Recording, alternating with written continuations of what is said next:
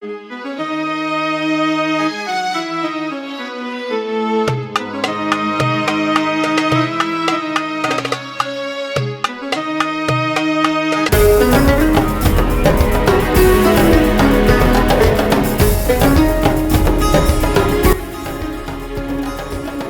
علیکم ناظرین، آپ دیکھ رہے ہیں one step official network اپنے میزبان محمد رضوان کے ساتھ۔ شان رمضان کی یہ خوبصورت محفل افطار ٹائم آپ اس وقت one step official network پر آپ ہمارے ساتھ دیکھ رہے ہیں۔ ناظرین، آج 18 رمضان المبارک 1441 ہجری ہے۔ آج کی جو ہماری گفتگو کا موضوع ہے کہ شعب ابی طالب میں نبی کریم صلی اللہ علیہ وسلم نے میسوری کے وقت اپنے خاندان بنی ہاشم کے ساتھ جو وقت گزارا وہ کیسا تھا اور اس کا خاتمہ کیسا ہوا۔ میرے ساتھ شامل گفتگو ہمیشہ کی طرح مذہبی اسکالر عطا المصطفیٰ موجود ہیں اور ثناخان مصطفیٰ سید تنویر کاظمی صاحب، آپ دونوں حضرات کا بہت شکریہ۔ عطا المصطفیٰ، جو شعب ابی طالب کے اندر جو میسوری تھی، جو 3 سال کا وقت تھا، دورانیہ تھا، اس کے اندر نبی کریم صلی اللہ علیہ وسلم نے اپنے خاندان بنی ہاشم کے ساتھ جو وقت گزارا اور پھر اس کا جو خاتمہ ہوا، آج ہم اپنے ناظرین سے وہ شیئر کریں گے۔ بسم اللہ الرحمن الرحیم۔ پہلے ہم جان چکے کہ مختلف وفود حضرت ابو طالب کو بھی ملے اور نبی کریم علیہ السلام سے بھی مکہ کے سرداروں نے بات کی، لیکن جب دلائل سے وہ لوگ عاجز آ گئے تو اب انہوں نے ہتھیار اٹھا لیے۔ خطرہ تھا کہ وہ نبی کریم رؤوف الرحیم سید المرسلین کو نقصان پہنچائیں گے۔ حضرت ابو طالب ان کے مزاج کو جانتے تھے، تو آپ نے بنی ہاشم کے ساتھ بیٹھ کر یہ فیصلہ کیا کہ ہمیں مکہ کو کچھ وقت کے لیے چھوڑ دینا چاہیے۔ شیب بنیادی طور پر کہتے ہیں گھاٹی کو، یعنی 2 پہاڑوں کے درمیان جو تنگ راستہ ہوتا ہے، تنگ گھاٹی، اسے شیب کہتے ہیں۔ تو حضرت ابو طالب کی اپنی ملکیت تھی، تو آپ نے بنی ہاشم کے افراد کو اکٹھا کیا، ماں سوائے ابو لہب کے، وہ مکہ کے سرداروں کے ساتھ کھڑا تھا۔ آپ نے کہا کہ ہم بالکل الگ ہو جاتے ہیں، وہاں جا کر ہم وقت گزارتے ہیں۔ ایک یعنی اجلاس حضرت ابو طالب کی ذاتی ملکیت نسل در نسل تبھی اس کو یہ الفاظ دیے جاتے ہیں شعب ابی طالب۔ اور پھر ایک اجلاس حضرت ابو طالب کا تھا اور ایک اجلاس مکہ کے سرداروں کا تھا۔ انہوں نے بھی ایک معاہدہ کیا، اور انہوں نے جو معاہدہ کیا اس کو ایک صحیفے میں لپیٹ کر انہوں نے دیوار کعبہ کے ساتھ اس کو آویزہ کر دیا۔ ادھر مکہ چھوڑ کے گھاٹیوں کی طرف جایا جا رہا ہے اور وہاں پر جو معاہدہ لکھا گیا اس کو دیوار کعبہ کے ساتھ لٹکایا گیا۔ اب یہ جو معاہدہ تھا، جو اجلاس میں حضرت ابو طالب نے جو فیصلہ کیا، اس میں آپ نے فرمایا کہ نموت من عند آخر الی ان یوصل رسول اللہ صلی اللہ علیہ وسلم، کہ ہم میں سے جب تک آخری فرد بھی زندہ ہے ہم رسول پاک صلی اللہ علیہ وسلم تک لوگوں کو نہیں پہنچنے دیں گے۔ بالکل صحیح، یہ طے پایا، یعنی یہ اس کا جو انتہائی نقطہ تھا۔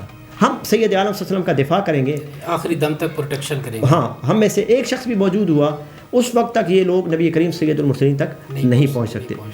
تو آپ نے فرمایا کہ ہم یعنی اس وقت تک لڑتے رہیں گے جب تک ہم میں سے آخری فرد زندہ رہے گا۔ اب دوسرا اجلاس مکہ کے سرداروں کا تھا، انہوں نے یہ طے کیا اللہ یجالسوہم لا یبایعوہم لا یدخلوا بیوتہم، کہ ہم نہ تو ان کے ساتھ اٹھے بیٹھیں گے، نشست و برخاست کریں گے، نہ ان کے ساتھ خرید و فروخت کریں گے، اور نہ ان کے گھروں میں داخل ہوں گے، نہ ان کو بیٹی اپنی نکاح میں دیں گے، اور نہ ان کی بیٹی کے ساتھ خود نکاح کریں گے۔ مکمل سوشل بائیکاٹ، اس کو سماجی مقاطعہ آپ کہہ لیں، سوشل بائیکاٹ انہوں نے کیا۔ اور 3 سال تک سید عالم صلی اللہ علیہ وسلم اور بنی ہاشم کے دیگر افراد یہ مشکلات کا زمانہ گزارتے رہے۔ اتنا سخت محاصرہ تھا کہ وہ لوگ بازار مکہ سے سید المرسلین کے خاندان کو کوئی چیز خریدنے بھی نہیں دیتے تھے، پابندی تھی، تاجروں پر پابندی تھی کہ کوئی شخص بنی ہاشم پر کوئی چیز بیچ نہیں سکتا۔ اور اسی طرح جو باہر سے تاجر آیا کرتے ان پر بھی پابندی تھی کہ وہ بھی شعب ابی طالب میں محصور لوگوں پر کوئی چیز فروخت نہیں کر سکتا۔ حتیٰ کہ وہ راتوں کو پہرا دیا کرتے تھے، مکہ کے لوگ راتوں کو پہرا، انہوں نے لوگوں کو متعین کر رکھا تھا کہ رات کو بھی پہرا دیا جائے، کہ کہیں ایسا تو نہیں ہو رہا کہ رات کی تاریکی میں کوئی شخص محصورین تک کوئی چیز پہنچاتا ہے۔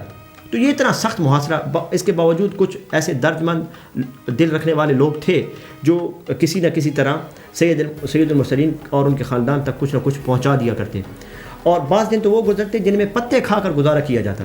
حضرت سعد فرماتے ہیں جو اس محاصرے میں شامل تھے، سید عالم کے پھوپھی زاد، وہ فرماتے ہیں کہ ایک دن میں رات کو نکلا کہ اپنے کھانے کے لیے کوئی چیز تلاش کروں کہ مجھے کچھ کھانے کو مل جائے۔ تو فرماتے ہیں کہ میں نے ایک اونٹ کا چمڑے کا ٹکڑا مجھے ملا, وہ میں نے اٹھایا, اس کو صاف کیا, چمڑے کا ٹکڑا اونٹ کا, وہ میں نے اس کو صاف کیا, پھر اس کو آگ میں نے پکایا, پھر اس کو میں نے کوٹ کر میں نے اس کو پانی میں ملا دیا. وہ فرماتے ہیں 3 دن تک میں وہی کھاتا رہا. اللہ, آپ اندازہ کریں اتنا سخت مشکلات کا زمانہ 3 سال تک سید عالم صلی اللہ علیہ وسلم نے اس طرح گزارے. اور پھر رات کو حضرت ابو طالب اہتمام یہ کیا کرتے کہ 2 یا 4 مختلف بستر بچھایا کرتے, کیونکہ رات کو خطرہ ہوتا کہ وہ حملہ کریں گے. سید عالم صلی اللہ علیہ وسلم کچھ دیر کے لیے ایک بستر پر آرام کرتے, پھر حضرت ابو طالب ان کو اٹھا دیتے, سید عالم کسی اور بستر پر چلے جاتے, پھر جگہ اور پھر اس بستر پر حضرت ابو طالب یا ان کے بیٹوں میں سے کوئی سو جاتا. یہ ہر روز کا معمول تھا. 3 سال کا یہ سخت محاصرہ جاری رہا. صحیفہ جو انہوں نے لکھا تھا اس کو انہوں نے دیوار کعبہ کے ساتھ لٹکایا ہوا تھا کہ ہمارا بالکل ان کے ساتھ سماجی مقاطعہ ہے. 3 سال گزرنے کے بعد اللہ رب العزت نے نبی کریم علیہ السلام کی طرف وحی فرمائی کہ آپ کو یہ بتایا جاتا ہے کہ جو انہوں نے معاہدہ لکھا ہے جس کو دیوار کعبہ کے ساتھ انہوں نے لٹکایا ہے, اس میں وہ ساری ظالمانہ شکیں دیمک رب کائنات کے حکم سے اس نے اس کو چاٹ لی ہے. صرف اللہ اور اس کا رسول کا نام موجود ہے. سید عالم پر یہ وحی آئی, آپ نے حضرت ابو طالب کو بتایا کہ اللہ رب العزت نے اس طرح پیغام بھیجا ہے. اب دیکھیے مکہ سے دور گھاٹی پہاڑوں کے درمیان بسیرا, اور حضرت ابو طالب کو سید عالم بتا رہے ہیں. تو جناب ابو طالب نے پوچھا کیا اللہ نے پیغام بھیجا ہے؟ سید عالم نے فرمایا ہاں اللہ رب العزت نے یہ وحی بھیجی ہے. حضرت ابو طالب صبح چڑھتے ہی آپ طلوع آفتاب کے ساتھ ہی آپ چند ساتھیوں کو لے کر آپ سین حرم میں پہنچ گئے. مکہ کے سرداروں نے دیکھا تو وہ بڑے خوش ہوئے. انہوں نے کہا کہ شاید یہ سختیاں برداشت نہیں کر سکے, محاصرے کی طوالت نے اب انہیں بے بس کر دیا ہے, اب یہ مجبوراً ہمارے پاس آئے ہیں اور یہ لازماً ہماری تجاویز پر ہم غور کریں گے اور ہماری بات کو تسلیم کریں گے. ہمارا مطالبہ تھا کہ سید عالم کو ہمارے حوالے کیا جائے. تو بیٹھ گئے مکہ کے سردار. حضرت ابو طالب نے فرمایا کہ میں آج تم سے ایک منصفانہ بات کرنے آیا ہوں کہ مجھے معلوم ہے کہ تم نے ایک معاہدہ لکھا ہے اور اس کو دیوار کعبہ کے ساتھ آویزاں کیا ہے, اسے اٹھا کر لے آؤ.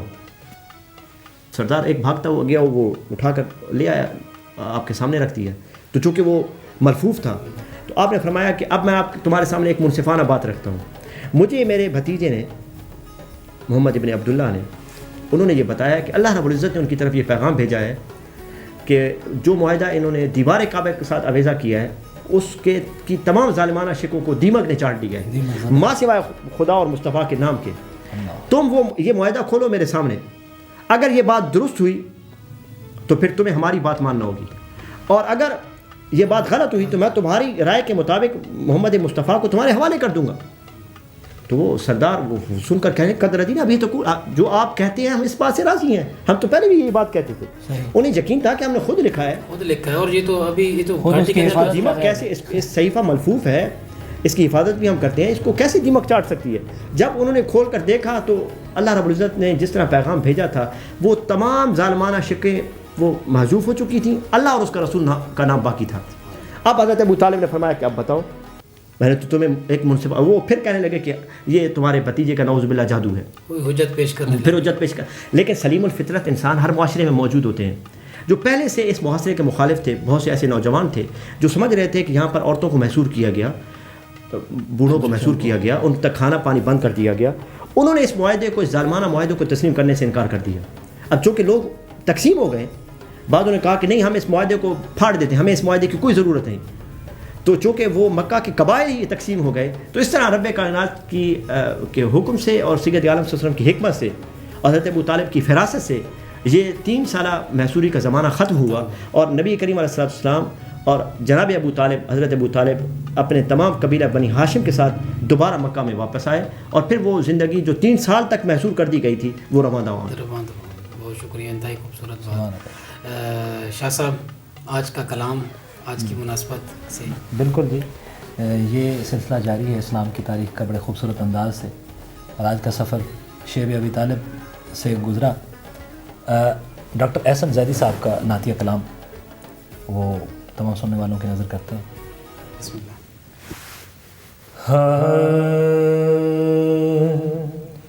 یہ گنبد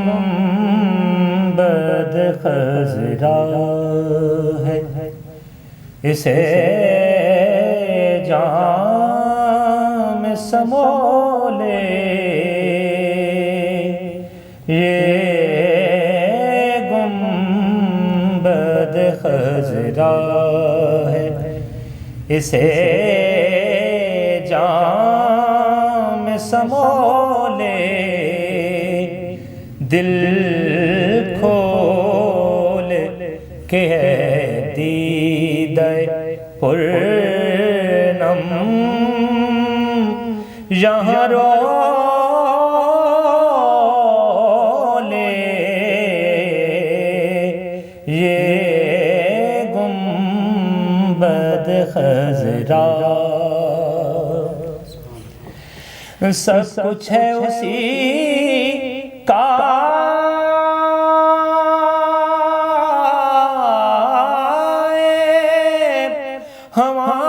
ہوائیں یہ فضائیں،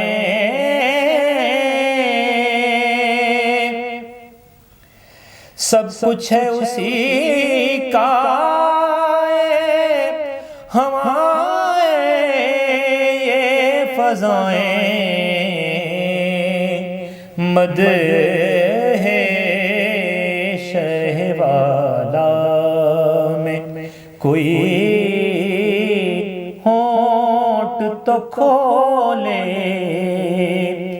مدح شہ والا میں کوئی ہونٹ تو کھولے، یہ گنبد خضرا، شاید میری قسمت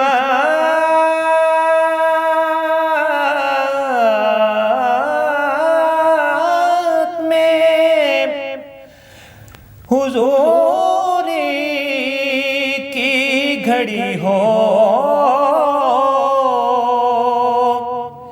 شاید میری قسمت میں حضوری کی گھڑی ہو،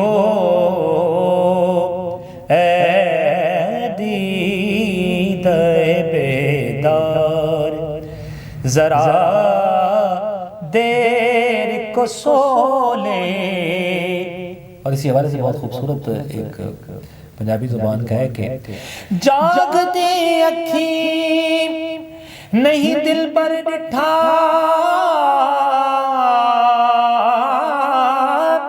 تے بھیڑی اکھیں ہن سو لے، بھیڑی اکھیں ہن سو لے،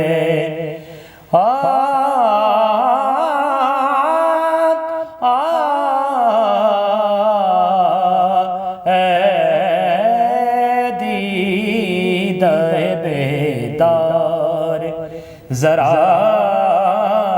دیر کو سو لے، اے دیدہ بیدار، طیبہ کی گھنٹا ٹوٹ کے برسے میرے مولا،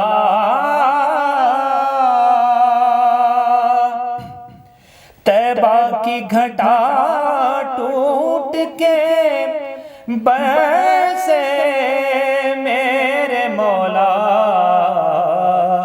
جب تک یہ زمین روح کی سیراب نہ ہو لے، جب تک یہ زمین روح کی سیراب نہ ہو لے، یہ گنبد خضرا ہے۔ اور مقطع اس کے ہے یہ اشک ندامت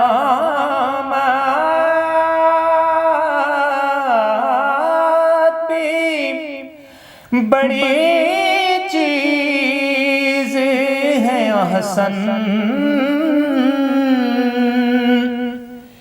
یہ عشق ندامت بھی بڑی چیز حسن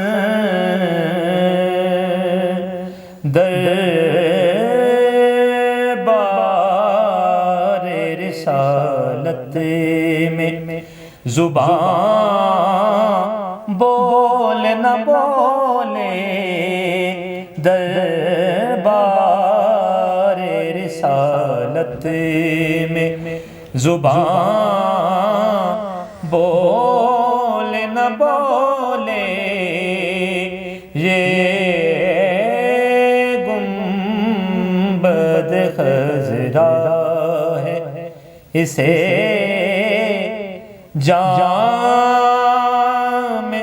سمولے دل کھول کے ہے دیدہ پرنم یہاں رولے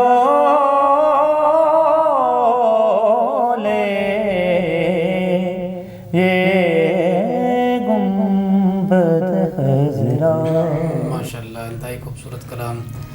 آپ دونوں حضرات کا بہت شکریہ کہ آپ لوگ پروگرام کے اندر آتے ہیں تو ایک رونق اس کی دوبالا ہو جاتی ہے. یہ رونقیں تو رمضان کریم کی ہیں. بالکل رمضان پاک کی یہ رونقیں ہیں اور یہ سلسلہ ہمارا چلتا رہے گا انشاءاللہ. پوری رمضان ٹرانسمیشن ہم one step official network سے جو پیش کر رہے ہیں. ہمارا جو بیسک مقصد ہے کہ اپنے ناظرین تک ایک علمی گفتگو ہم ان تک پہنچائیں اور سیرت النبی صلی اللہ علیہ وسلم کے مختلف پہلو ہم ان تک پہنچائیں. جی ناظرین، آج کے پروگرام کا وقت ختم ہوا چاہتا ہے. اپنے میزبان محمد رضوان اور one step official network کی پوری ٹیم کو دیجیے اجازت. اللہ نگہبان.